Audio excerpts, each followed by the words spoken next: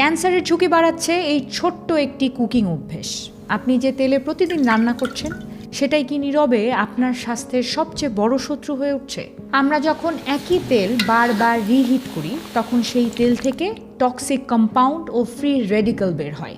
এই ফ্রি রেডিক্যালগুলো সরাসরি আমাদের বডি সেলের ক্ষতি করে, ফলে ধীরে ধীরে ক্যান্সারের ঝুঁকি বেড়ে যায়। বারবার তেল রিহিট করলে তাতে অ্যালডিহাইড ও অন্যান্য ক্ষতিকর উপাদান তৈরি হয়, যেগুলো কার্সিনোজেনিক অর্থাৎ ক্যান্সার সৃষ্টির ক্ষমতা রাখে। ভারতের একটি সমীক্ষায় দেখা গেছে স্ট্রিট ফুডের প্রতিটি ভেন্ডর একই তেল 4 থেকে 5 বার খাবার ভাজা ও রান্নাতে ব্যবহার করে থাকে। এই তেলের নমুনায় পাওয়া টক্সিক উপাদানের মাত্রা WHO এর নির্ধারিত মাত্রার দ্বিগুণেরও বেশি ছিল। এখন তাহলে প্রশ্ন করতে পারেন যে করণীয় কি? করণীয় হলো সব সময় ফ্রেশ তেল ব্যবহার করার চেষ্টা করুন। সরিষার তেল বা চীনাবাদামের তেলের মতো স্বাস্থ্যকর অপশন বেছে নিন। এক্সট্রা ভার্জিন অলিভ অয়েল কাঁচা খাবারে বা স্যালাডে ব্যবহার করতে পারেন, তবে অবশ্যই মনে রাখতে হবে রান্নার কাজে ব্যবহার করা যাবে না। ফ্রাইড খাবারের পরিবর্তে বেকড বা স্টিম খাবার বেছে নিন।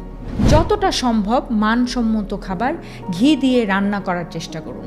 এটা তুলনামূলকভাবে ভালো ও নিরাপদ একটি অপশন।